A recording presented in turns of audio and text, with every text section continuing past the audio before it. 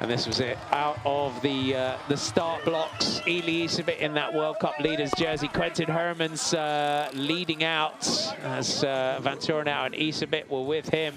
But Quentin Hermans didn't quite have the luck today. There was Corne van Kessel and Toon Aerts behind, and perhaps Jeremy, this could be the deciding factor for what we saw late on in the day for Toon Aerts, just using those micro efforts, that chase to get back up to our leaders.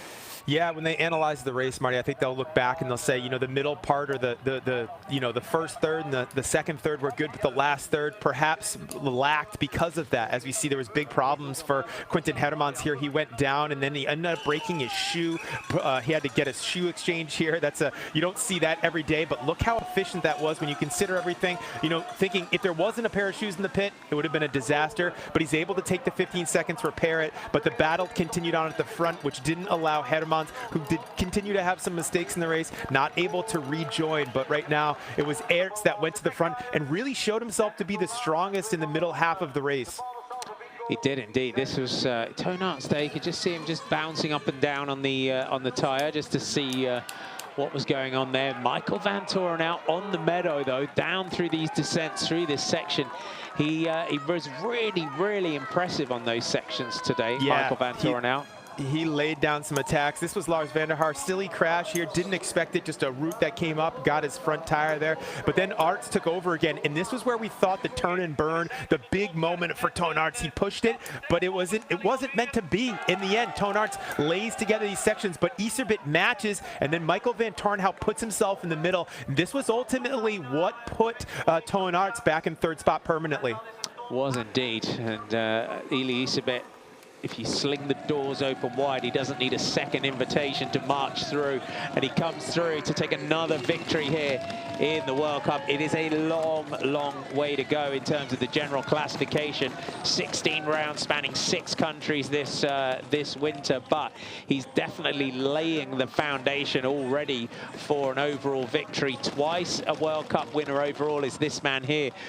Blocks as she does. She had a great start, super clean first opening rounds, but then these two riders behind, it really did change things. It was Blanca Bosch with a little bit of a problem there, just getting some traction there, and then Puck Petersen, and then it was this. It was one error after another for Betsema, which allowed Blanca Bosch. This is when these three all connected and started to really go through. Blanca Bosch didn't waste any time coming right to the front. This was one of the tougher sections. She has to kind of kick her way through this, but it ended up not really mattering in the end, Marty. She was able to recover from that, but so many lead changes at the front for all these three riders.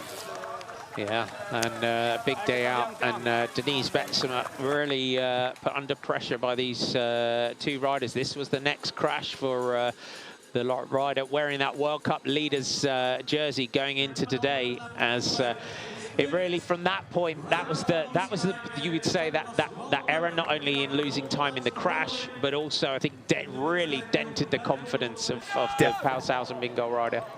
Definitely. Like I said, took some wind out of the sails, was I think how I described it, and it was up to these two brand new champions here. Just both of them staring down their first potential World Cup victory. But Marty, Blanca Bosch really on the climbs did the hard woman's work. She put in some serious watts to be able to gap off Puck Petersen, who was technically riding super, super strong. But then this battle in the back started to heat up. But it was Blanca Bosch taking her first World Cup victory of her career in cyclocross.